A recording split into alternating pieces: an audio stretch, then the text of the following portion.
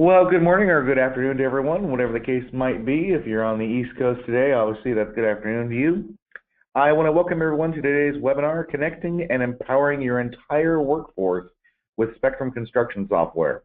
I'm Andy Holtman with Dexter & Cheney, and in just a few moments, I'll turn things over to my colleague, Dr. Mark Schwartz here, who will take you on a guided tour of Spectrum's capabilities and functionality. But as folks are still kind of trickling in this morning, I just want to take a few seconds and go over just some housekeeping tips. If this is your first time joining us on a GoToMeeting or GoToWebinar today, you might notice a few things. The navigation bar on the right-hand side of your screen there, that's how you interact with us today during the webinar. You might see a little orange arrow. You can expand or hide that navigation bar to your liking, but you can also adjust the settings, interact with us, and a whole lot more there. One thing you might notice is that you are muted today. We have a good number of people on the call this morning, and we do mute folks just to make sure that there's no background noise, nobody hears me eating a sandwich while Mark's talking, anything along those lines. However, like I mentioned before, you can still use that navigation bar to interact with us. You can make a comment or ask a question at any time during the webinar today. Just go ahead and type it into those little boxes there, and we will see that on our end and do our very best to address those. We'll have a little bit of time at the end of the webinar to do kind of a short little Q&A session. But if we get a really good, interesting question along the way, we may pause and stop and address that as well. We are also recording the webinar today, so anybody who would like a copy of the recorded version after the fact, we will follow up with folks in the next day or so and make sure that everybody gets those as well. Just a couple things about Dexter & Cheney. For anybody that might not know, we are a construction software company specializing in business management and operation solutions. We began way back in 1981, bringing accounting software to the construction industry, really being the first to do that. So we've been around for more than 35 years now. Today we are the leader in cloud-based ERP software. Our Spectrum Construction Suite is a full accounting, business management, project management, equipment management, and service management solution. So it's full ERP. You can access it and get your work done wherever work takes you because it's fully web-based, completely in the cloud. We also partner with a number of industry associations and organizations to bring a host of educational resources to the industry.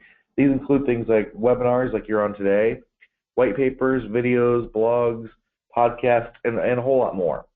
And you can find these and information on Spectrum by visiting our website, which is www.dextercheney.com. With all the housekeeping stuff out of the way, Mark, are you awake, sir? Yeah, I am, and I was thinking about some of the things you said, actually. All right. Mark's going to go now.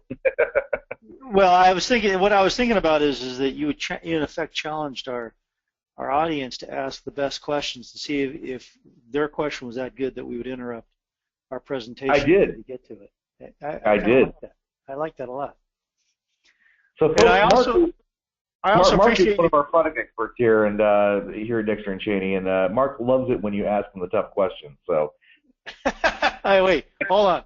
I want the easy questions. Let's be clear about that. No easy buttons today.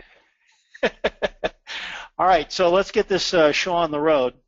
I'm starting with a look at my desktop, and the reason why I'm doing that is I want to make sure that we cover one of the primary things about staying connected or providing the ability to collaborate with all your employees across wherever they might be.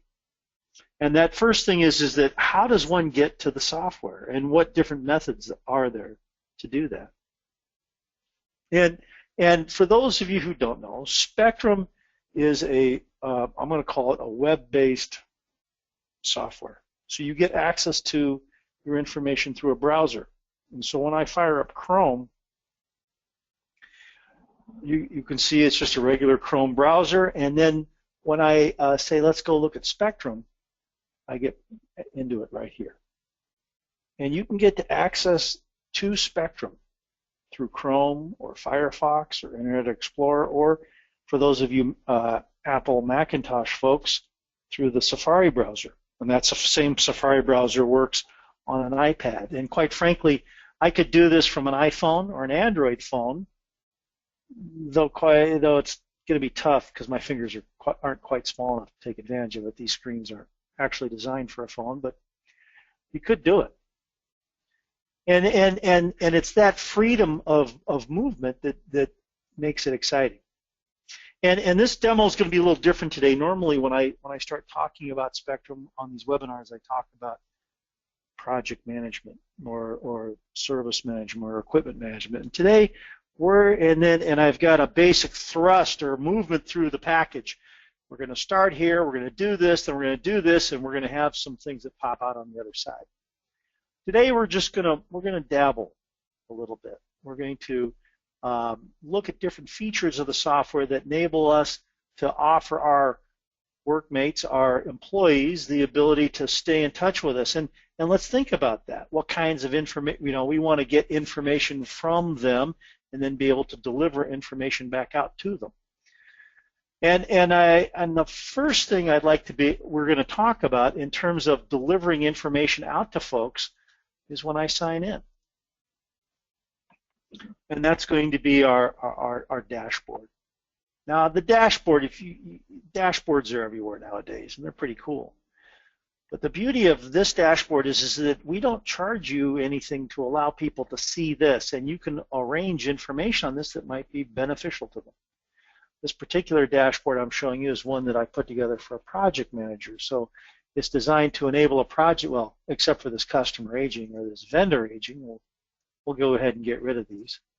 And to enable a project manager to see what's going on with his jobs, to see where he stands. See, he's got underbilled jobs, or he's got a lot of overdue change proposals, or he's got some compliance issues on jobs. And it's that ability to get that information out to him and have him interact with it live is part of that collaboration piece. So, for example, think about it for just a moment. In many firms, what happens is, at the end of the week, after payroll's been run, a bunch of reports are put together, and then the project managers are managing their jobs just with the weekly reports. So you're always a week behind, and in some cases it may be worse depending on how you're doing on your AP. And for many folks, that's okay. Their jobs don't move that quickly, or they're working off their commitments, and that for the project managers, that's just fine. But for other folks, where they do have a lot of payroll, things are moving quickly, that's not so good. And the way Spectrum is designed is we want to provide an easy way for your project management staff to take advantage of all the hard work that the accounting staff is doing. And when you're talking collaboration, that's really what it's about. There's a big division in every construction firm I've ever talked to, and that division is the type of people you got. You've got the back office folks and the ops guys, and they each approach this a little bit different. And so what that means is we need to provide, as a software supplier, we need to provide an environment that's comfortable for both. And if you're going to have any collaboration, that's critical. So what we've done here is we've put together this dashboard, and this one is for as I said, I put together for a project manager, and then we need to make it easy for him. So if he's got underbilled jobs and he can click into this, it'll just take him to the screen where he can go ahead and do his billing. He's not messing around with a menu. He's not having to figure out where to go. He's doing what all of us know how to do. We see a problem, we click on it with our mouse, and we get into it. I've got time cards to review. I click on here, the time cards pop up, I can look at them, say that's good, I approve it, it's done, we're moving on. I'm back Mark, here on the... Go ahead. Mark, you can't do that with a whole lot of dashboards, though, can you? With a lot of the dashboards that are out there, you can't really click on them and kind of drill down into that information. With most dashboards, you're just kind of getting that 30,000-foot view, and that's it, right? Well, most dashboards, they do show you what's going on, and when you click into them, like this one here, on most dashboards, if you had an app that was showing you where you had 68 proposed changes over 30 days, when you click on it, you get a report because they're part of the reporting system, to your point. Where ours is a little different, ours lets you actually drill through to the data in the system, drill through to the screens in the system where you can see what's going on. So you can go and fix the problem.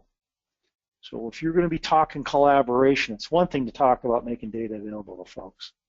It's another thing to talk about how are we going to give them the tools to do something about it easily. And that's where I start to get all excited and standing on the desk. So it's that. So the dashboard, the web access. Now remember, I could be doing this from anywhere. I literally could be doing this from a plane.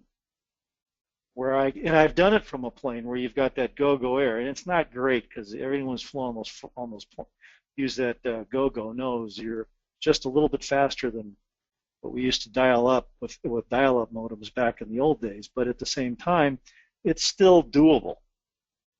So you could be doing this from virtually anywhere where guys can sit down and get their work done on virtually any machine. Again, because it's web, I could be over at my buddy's house, get a phone call, I have to check on something, I could use his computer to dial in and get all this done. So when you're talking collaboration, that's an important piece. How easy do we make it for guys to do this? I mentioned the Macintosh before. I've got Macs at home. Hey, Mark, I got a question here. Go ahead. So you talk about web, but a lot of software claims to be in the web. What makes ours different? What sets ours apart from other ones out there that say that they connect the office in the field and that they're a browser-based or in the web? What makes ours different? It's pretty cool what they're doing. I got to hand it to them, because if you think about how software is built, you're going to have a server, and all of us have got a server where all your data is centralized, and then you've got clients. And then the most other software, the client needs to be installed on your local machine. And so then the client, that's an application on your local machine, calls the server and says, hey, I need this information back and forth. And when you go to update, you have a new piece, when your software gets updated, all those client machines need to be updated as well as the server. And so what they've done from a technical standpoint, they have methods to make the client appear on a virtual machine, and that virtual machine can be displayed in the web page. The difference is then you're within an environment, and the company that does this is called Citrix, and I think there's the Microsoft desktop. It handles it as well. But what that means is that you've kind of opened up this environment on that machine, and it's not on your local. You're not having access to your local machine. So if it's done properly, it's not too bad. It works pretty well. If you have any little problems with it, you may have printing or scanning issues, because remember, that client is not actually on your local machine. It's on a server out somewhere in Kathmandu. Sure. So, yeah. I won't. I'll say, let me put it this way: I'm impressed with what they're able to do. And if you're looking at software and you look at how smoothly we can move through ours, and how smoothly they can work through theirs, and if it's no matter to you, then I won't say anything bad about it. So in collaboration, we've got that web piece, which makes it easier for guys to get to their data. I don't have to set up anything. I just got a web. I dial in and I'm on, and I'm going. The next piece I want to talk about, and as I said, we're going to dabble through here, is we want to talk about, so I can get information out. And a lot of times people come to us and they say, we need to get information back in. How do we get information into the system? And they're usually talking payroll. That's another important piece. So what do we do for guys in the field on payroll? Well, we do actually a couple of different things for folks in payroll. And let me throw up this module here. And this module was built for use on a phone. And it could be an iPhone or an Android phone or even a Windows phone. And if you want to put it on a tablet, it's going to look like this. Did you see how I did that? Pretty clever. And it'll work on a tablet for you as well. And the idea is that we want to be able to provide a simple environment for a guy to enter time. And when he does, he can pop through here. And the way in which it works, I'll give you just a real quick look at it. is a guy can then say, hey, I'm working on this putts job here. And if he clicks in here, someone back at the office, out of the hundreds of jobs we may have, someone back at the office said, Mark, these are the handful that you get to put time against. Not as much to keep me out of poking into other guys' business, but more to keep me out of having to struggle to find the job that I'm on.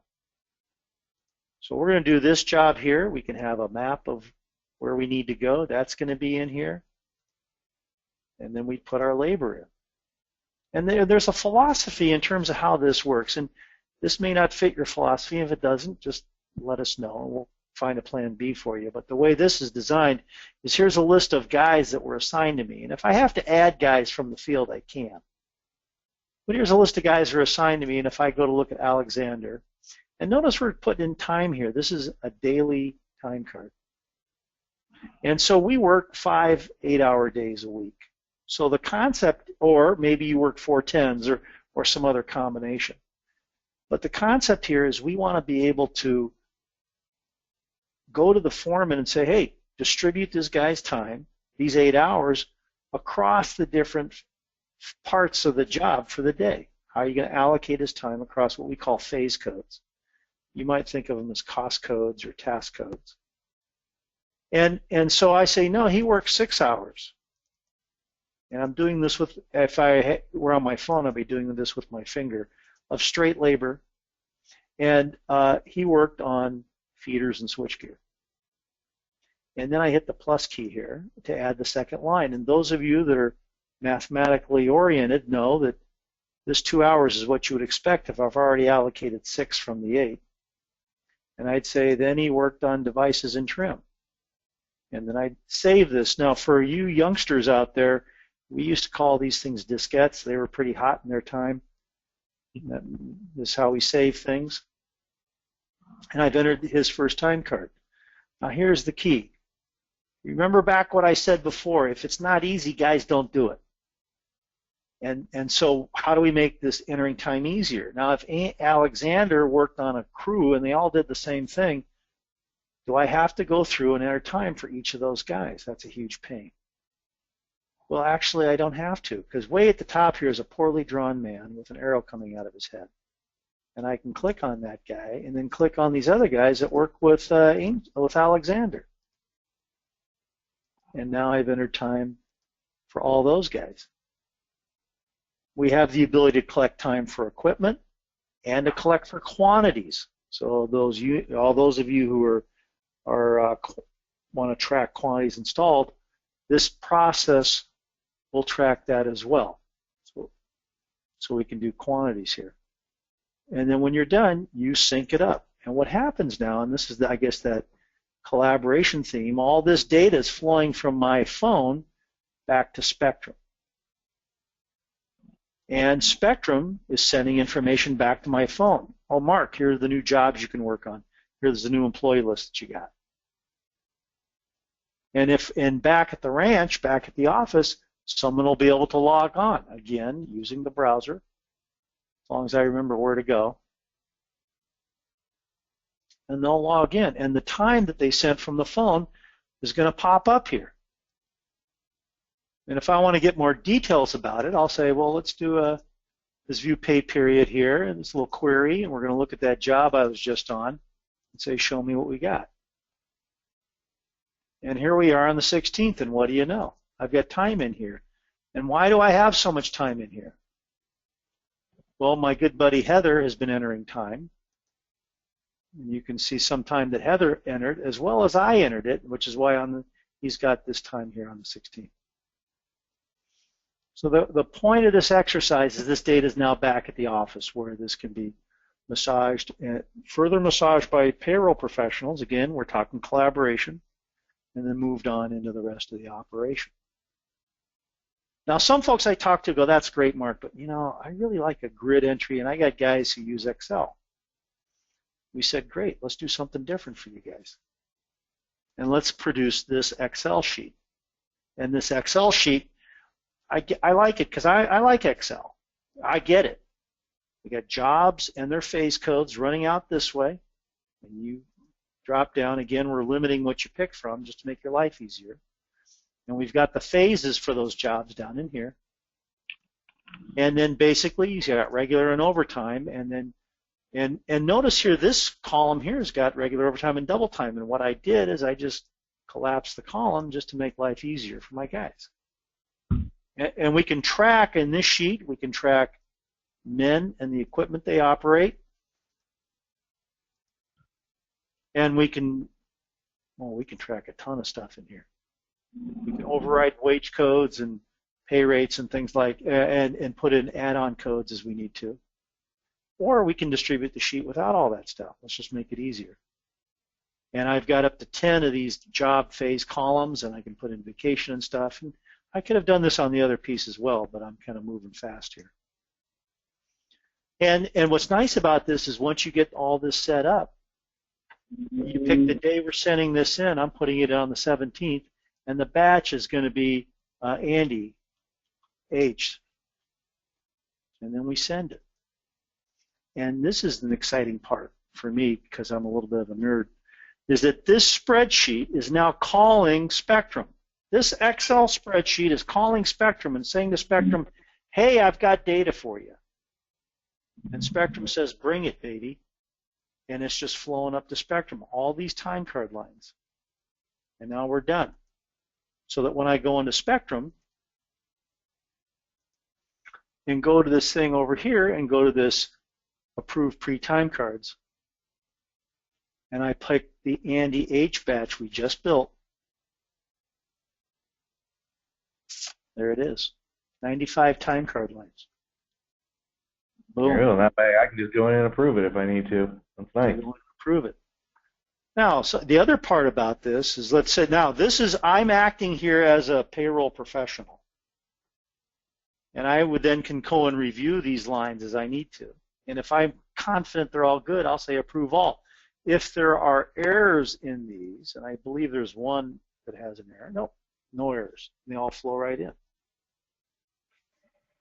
Now, we have something else called workflow, and perhaps since we're talking collaboration, this time's in the system, it needs to be approved by somebody.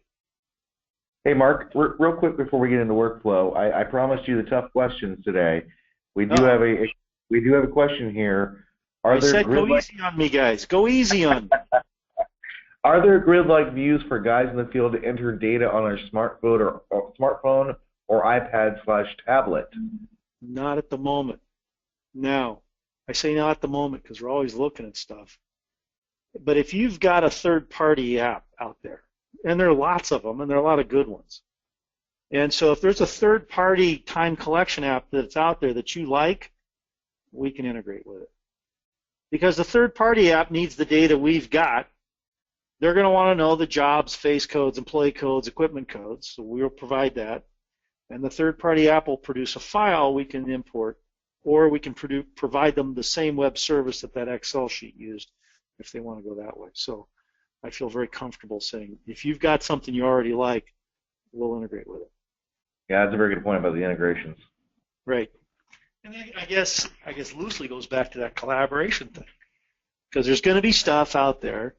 You know, as much as I'm proud to say I'm part of Dexter and Cheney, we do awesome stuff. Just other guys are doing in some areas more awesome things, and let's take advantage of that. And the web services allow us to integrate in that way. So let's move on. We're going to talk about workflow, and we have something in Spectrum called workflow. It's the workflow module, and it shows up in a couple different ways. And actually, I'm going to bring it this way. And it shows up in these two ways here: my time cards to review and my current workflow assignments. And I'm going to review both of these. So if you're entering payroll and you've got workflow turned on, if you're a PM or an employee supervisor, you'll be able to pop this up. And then what this does, it says, look, and this is, I had turned workflow off, so I'm not going to look at the time cards I just put in. But I still have these to approve. And so this says, hey, look, on this job, on that phase, on that date, you've got this many hours. Do you want to approve that for your job or not? If I'm curious, I can dive in here to see how they got there, and I see it was my good buddy Ted Abbott's. So I can go ahead and say, yeah, go ahead and approve that. And I can come through and approve these as I need to on this thing, and then it's very simple. These get approved, they go downstream to someone else who then puts them in the payroll and gets these guys paid. The other part of workflow that I really like is this piece over here, my current workflow assignments. And I'm going to back up a little bit, and I'm going to show you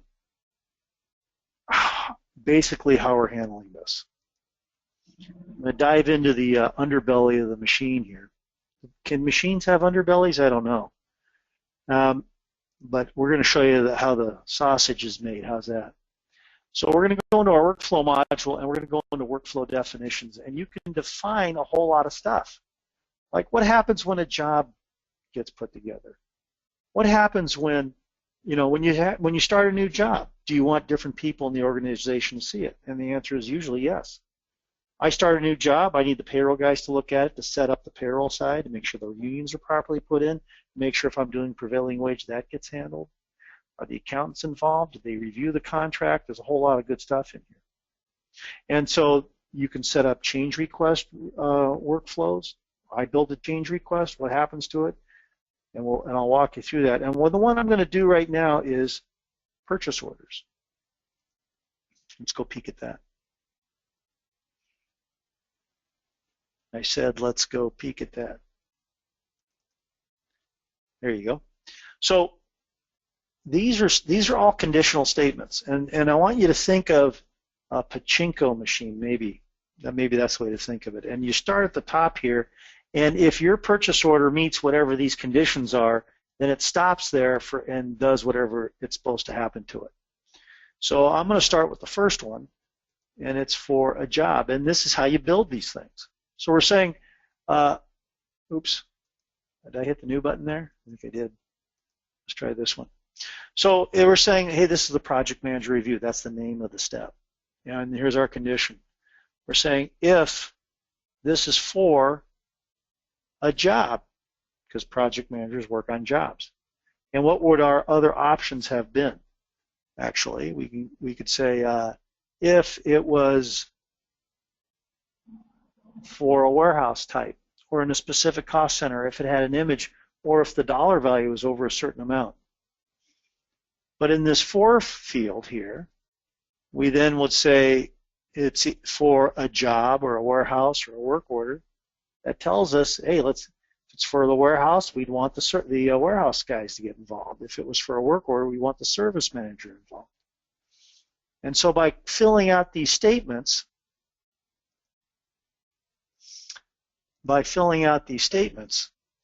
we can then build these conditions. So we're saying if it's for a job, provide it to a role, or provide it to a contact or a group. And at that role, then, we can say it's a job contact. And the job contact has the partial title of project manager and maybe some attributes. And those of you who are not familiar with our system, you can build contacts in the system. And you can say this contact has an attribute of X. Now, once you start playing with those attributes and looking at these workflows, you can design some pretty awesome things. So, and then if you approve this, you say approved. And if you reject it, there's a button there that normally says rejected. I happen to be a little bit of a smart aleck, and so I said, well, our button's going to say no way. And let's go see what that looks like. So on my dashboard here, I have workflow assignments, and here's a PO. And I pop that up. And here it is. What's it do? It says I've got one proposed work order, and it's assigned to me, and I've got 5 other things to play with. It's due. It was due last week. It's the project manager review. There's my instructions, and if I had notes or anything, I could click here and go look at them. It shows me the steps it's going to go, and I would say okay. And then if I approve it, I approve it. If I say no way, it goes back up to whoever sent it to me, and we can handle it that way. Workflow is very powerful in that regard. And I just realized that this one I built, oh, it was for last week. Okay, so I can approve this. I was worried it was for my next demo. So we'll say approved, and then it goes away, and I'm done. Very handy to start setting these things up. And that ability to set up and to coordinate and to have the system help direct paperwork, workflow's great at that, but we have yet another way. And that's back to these dashboards. Because these dashboards are customizable. So if there's a process somewhere in your business, and it might be, the process might look as simple as, I need to know every job that's less than, any job that's near 90% complete, I want that to pop up on somebody on the operations manager dashboard so he can review what's going on and make sure he's, everything's going to complete on time or whatever else he needs to do. And you make that dashboard just for that guy, and he can do that. Or maybe you want to track compliance. So here's compliance tracking, and what do I mean by that? Well, yeah, you've got compliance tracking. It means, did my subs get their paperwork in for their insurance, and did my owners sign his lien release? Those kinds of compliance. But there's another feature when you're setting up a job. So you can have the system track a list of items when you're setting up a job, and then assign those items to people who are responsible for them using the dashboard. And I'll show you what I mean. Actually, let's go and pop into this. And I'm going to change the job here. This is an idea. This shows this compliance tracking piece. It's actually pretty cool. It shows all these organizations that are out of compliance with me. They all owe me lien releases, or they owe me owner releases, or there's a whole host of things. But actually, I want to dive into something a little simpler to look at. Let's see if this helps me. I think it does. So when I set jobs up, I've told Spectrum to drop these items in the compliance log. And those can be things like, hey, did we even get the contract signed? I've talked to folks who have started work on projects that they don't even have a signed contract yet. Maybe that's something we ought to track. Did we get the permits pulled? Did we do is the bid been signed off on? There's probably a dozen or more things that you want to make sure get done. How many of us have gone into a job, we're doing all this work, it's a little chaos here, let's face it. Lives are not perfect. Wouldn't it be nice to have the system help us a little bit on that so we can start standardizing our processes, making things a little easier on ourselves, being able to have the system carry some of the burden to make sure that we're getting things done that need to get done. This is a place to do that. And check it out. So, and then let's say I did get the permits. I got the permits. What do I do with them? Well, why don't we say, yeah, they're signed. Oh, and by the way, here's document imaging. Wouldn't it be convenient just to drop them right here and to know that every time we want to find the permits, they'd be under the documents and our compliance tracking, the permits are signed, I come here and they'd be done. Document imaging is awesome. And I'm sorry for sounding so childish when I say that, but I think about all the papers floating around in offices I've been in, and I think about what it must be to manage all that paper, and that's scary to me. But now with document imaging, all you have to do is you open up, let's go find a PDF I'll drop in there. Here's how document imaging works. There it is. We've highlighted the permits. There's that folder. There's the space we can drop it. We take this, we drag it over, and boom, we're done. And what just happened here? We made a copy of that document. It's still on my local machine. On my local machine, I don't have to move it anywhere. From my local machine, and this, by the way, this system that I'm working here, this is up in our cloud. And so we just dragged it over. Documents went all the way up to the cloud and back down where I can review them and see what's going on. And I'm done. And now that's handled. And each one of these, you might have, maybe you've got 3 people working on these things. You could assign each one of these to the different people depending on how you built your dashboards. Because the dashboards, remember, enable you to click through to specific places in the system, just like you could have clicked through into this. Okay, let's see what else we can get into. I'm kind of having fun with this. Here's another tough question for you. Yep. Do you have any recommendations for getting packing slips, invoices, credit card receipt images, etc., from the field.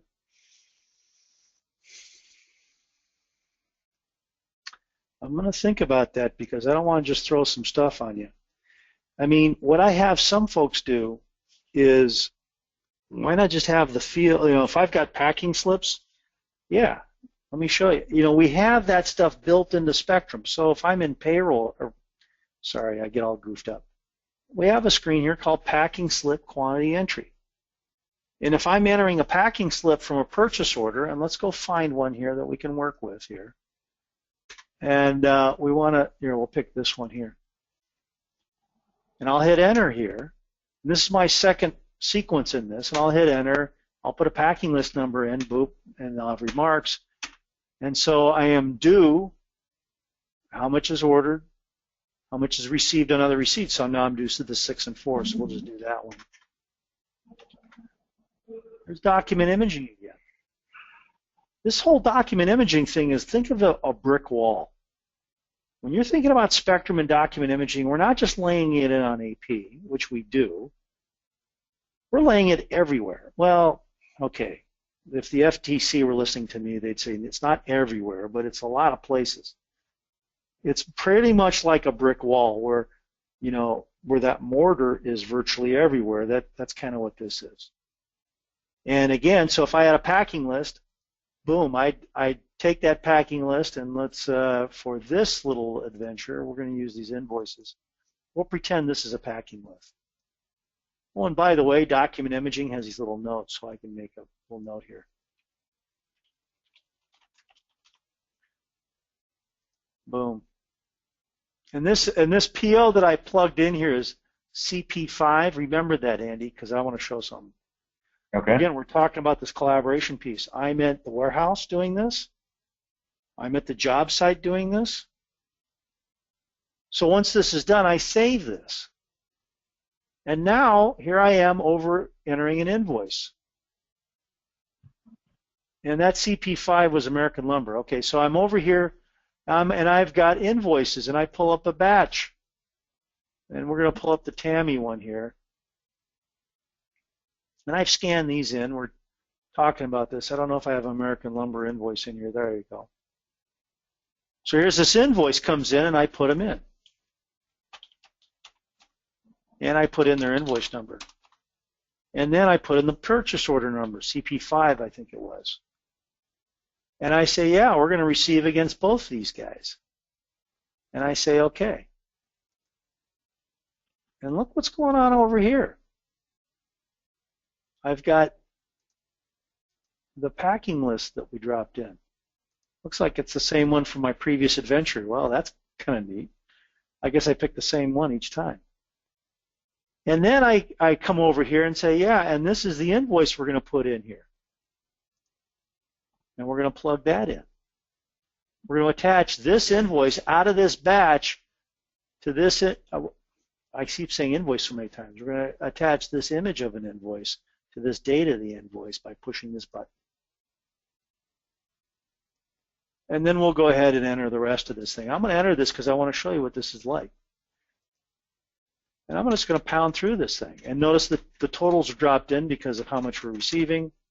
And I can confirm that here, which for what we're going to talk about, I'm going to agree to. And then I'm going to say, save it. We'll close the invoice, and we're going to assign this to the next reviewer.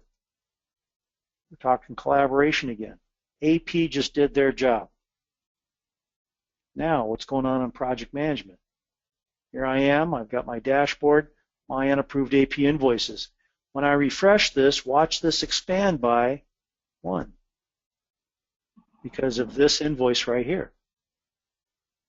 And when I click on that and go to this screen where I'm looking at all these invoices that AP has dropped in for me, and I come in and I don't, we'll reorganize this screen. And here's the American, here's American Lumber. And here's that invoice we just did with this PO, right? And when I open up the document imaging piece, I've got 3 documents in here. I've got the invoice, I've got the packing slip from the prior packing slip receipt, and I've got the packing slip from the one we just did. Now think about what's going on here. The packing slip was entered at the job site in Duluth. The invoice was entered by my corporate headquarters in Kansas City, and I'm on vacation, but still doing my work because I'm a dedicated employee in Honolulu. We're all connected. We're all connected through the internet, simply. And Mark, in terms of getting those images of the job site, you can just take a picture of the packing slip or the receipt on your phone as well and have that imported too, correct? Oh, heck yeah. I dragged it in because I'm on my computer. If I were using an iPad, for example, instead of dragging it, I'd click the attach button, and then it would pop a little note up and say, hey, do you want to take a picture? I go, yes. I take a picture of the receipt. I'd be on my way. So when I approve this, it goes to the next person in the chain, whoever that might be. And it's out of my hair and off my list. Okay, so it's 10:41. We've got about 19 minutes left in our discussion today. So let's go see, make sure I've shown you all the fun things I wanted to show you. And, there's one more thing I want to show you, and then we can break for questions and maybe get you guys out a little early. Actually, there's a couple of things. Mark, I was going to suggest, you haven't shown your favorite thing yet, the one that you rave the most about, at least to me, is the info bar. Yeah, well, when I'm raving, it's a little scary. I was trying to be nice to you. It is a little scary, but, yeah. But the info bar. What Andy's getting to is this thing over here on the left. And this is not so much a discussion of collaboration unless we take a little broader view. And this goes back to this notion of complicated things don't get used. So you can talk collaboration all day long, but if it's not easy to use, no one's going to be collaborating with it because no one's using it. And that's the point right there I'll get to, yep. Yep. And so check this out. And I want you to think about, and here I am looking at a job. I want you to think about every other system you've looked at, your current system. And they're all menu driven, like this. We are too. We got menu. We divide everything up into modules because that's how we sell it. And so these modules, and if you scan down here and you're saying, oh yeah, there's AP and AR, and here's cash management, and here's equipment, and all the rest of the jazz we've got in here. And if you're if you're on the project management side of the house, and I've been working for this company for about 13 years, and I've been showing our product for 13 years, and it's how I came to learn there's really two audiences I'm talking to. One, the back office guys, the accounting guys, and the other, the field guys, the production guys. And when the production guys would scan down this list and see things like AP and AR and cash management, and they knew immediately that I was showing them an accounting system. And they knew immediately they weren't happy because they didn't want to be accountants. They are not built like accountants. When kids asked them what they want to be when they grew up, they said, I don't know, but I certainly don't want to be an accountant, and not to slam accountants. Because on the accounting side, it was the same thing for them. What do you want to do when you grow up? I kind of like these numbers. And people gravitate to areas they like. And so if I'm forcing you into an area that you don't like, that you're not comfortable in, you're not going to use it. So I want to keep you out of here as much as possible. And I want to make it easier. And I want to organize things in these info bars, regardless of what you're doing in the system. And my favorite example of this is to talk about subcontracts. And when I'm talking subcontracts, I say to folks, if you're in this environment here, and I asked you to find subcontracts on job ES 1910, what would you do? And those of you that are still looking at my screen are scanning down here looking for a subcontract module to bail you out. And let me help you, buddy. There isn't one. Even this thing is not what you're looking for. If I'm here looking at this and talking about subcontracts, I'm going to say in our system they're an AP. And don't go here. This is where you set them up. Go into here where you can do the inquiry to find subcontracts by job and then plug this in. And you'll be polite with me. You're not going to throw me out quite yet, but you're not happy because it's not obvious. So with the info bar, what we do is we say, look, we're going to take everything about this job, regardless of where it comes from in the system. whether it's in job cost or AP or AR, whether it's in equipment control or inventory. We don't care. If it relates to this job, it's in here. And so subcontracts, where would you find them? Well, they could be maybe in documents or maybe properties, but we look at subcontracts as a cost to a job. And then I go here, and I'm done. And then the info bar, being as awesome as it is, modifies itself. I'll show you that again. It's empty here. But when I go look at those subcontracts, watch what happens. It throws the vendor info bar on here and the subcontract info bar on here, because maybe I just don't want the overview. Maybe I want to get into the details about this subcontract with Acevedo Plumbing. So here's all the details I can drill into. Or if I'm given permission, here's all the details about Acevedo I can get into. I can even go look at all their other subcontracts they've got with us. Okay. And that's why I'm a big fan of the info bar, because it's smooth. You just walk from an idea, you go to a question, you get the question answered easily, and then when you start thinking of other questions that relate to the answer that you just got, the info bar is there with your next move. And you just move your way through with the info bar. So Mark, we had a new client recently tell me that he loved the info bar because it quote unquote knew what he was thinking. It knew where he was going to go next. It was very intuitive. Yeah, and listen, for me, if I've got someone else willing to do the thinking for me, at least in this area, I'm very happy about that. That's a great quote. I'm going to borrow that for my next discussions. Absolutely. All right. So I want to get to, I just realized there were some other areas that we ought to talk about. We've been doing a pretty good job talking the collaboration theme and showing how folks can get to the data from all over the place and how it flows within Spectrum so the different departments within your organization are taken care of with that same piece of data. One of the other things that we can offer our customers is something called the Subcontract Kiosk. So if you are working with a lot of subs, wouldn't it be nice to have your subs drop in? Let me get rid of these here. Have your subs drop in their own invoices and drop in their own compliance items,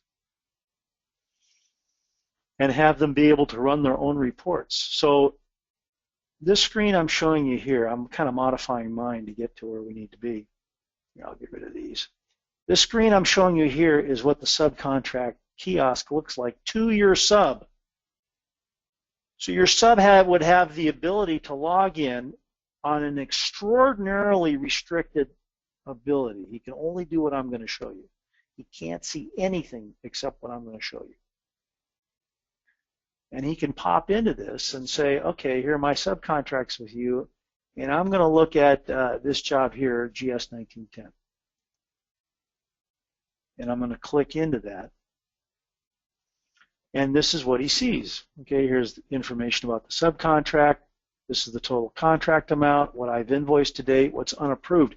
This is unapproved invoices sitting in that chain I previously showed you that's already been submitted. And here are items that I owe you. Hey, my insurance is expired, and I owe you an affidavit of wages, the most recent one. So here I am, your sub, and where am I? I'm anywhere. And I'm on my machine doing my thing, because again, we're on the web. And I can run this report to see where I stand with you. It pulls this report up. It'll give me the top line about how this contract started at this. There are the changes to get to that, where we stand on the billing. Here are all the open invoices, and the fact that I'm even still working with you would surprise most folks if I had this many open invoices. Here's your one payment to me, and here are the changes. Remember, I'm pulling this information. I don't have to call you now. I can pull it myself. And I can pop out here and I can say, here are those invoices here. They're outstanding. I can run a report for them. It would show that to me. Here are the 3 invoices that are outstanding.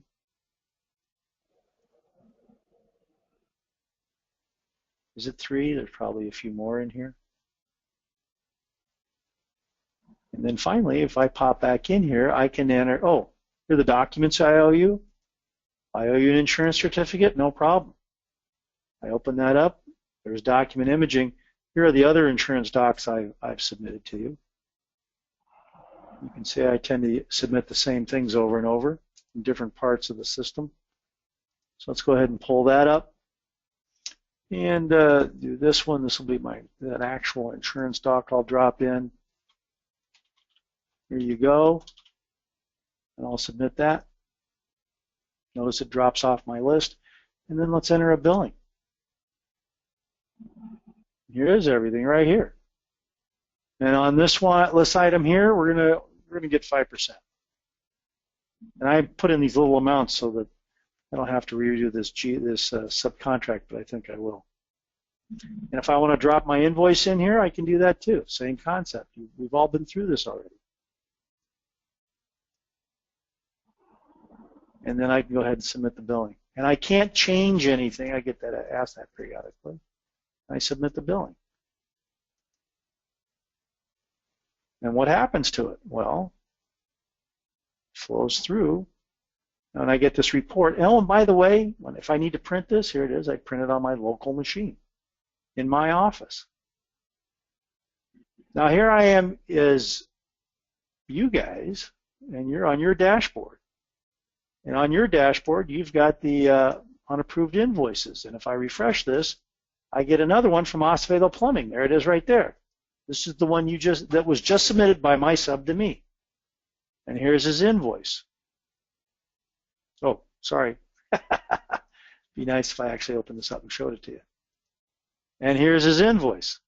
And here's the information. And if I reject this, it goes back to the sub with a little invoice saying this was rejected. I can put notes on here as to why I'm rejecting it. All right. I think I've shown you guys enough. My work here, I think, is done. Unless you have questions. Annie, do we have questions to answer? I think we might have a couple. Folks, go ahead and type in questions if you have any additional ones. We do have a few minutes left for the top of the hour here. Going back to the payroll stuff here. Another question, time cards that are approved, do they move right into the payroll module of Dexter and Cheney, or do you have to export import? No. All that stuff, time cards that are approved, move right through. You're inside Spectrum. It's all self-contained. Okay. Another question, I think this is sorry joining late. Is this the PowerTrack payroll? I think they were talking about one of our third-party guys. Yeah, one of our third-party folks. No, everything I've shown you today is Dexter and Cheney branded product. Another question here. Can guys enter information from the field if they do not have an internet connection? That's a good question. That's an excellent question, and the answer is yes. On the two things I showed you today, both that handheld piece for your phone and that spreadsheet can all be done without being connected to the internet. And at that time when they're back in their hotel room or wherever they might be at night, or when they find a connection, then they can sync up at that time. Yeah, because we actually have clients that do work way out in the mountains or out in the boonies, wherever, and they can enter all that information, work offline, but the minute they're connected back to the internet, they can automatically sync that. So. That makes perfect sense. I don't have any other questions right now. I think that answered most of them. All right.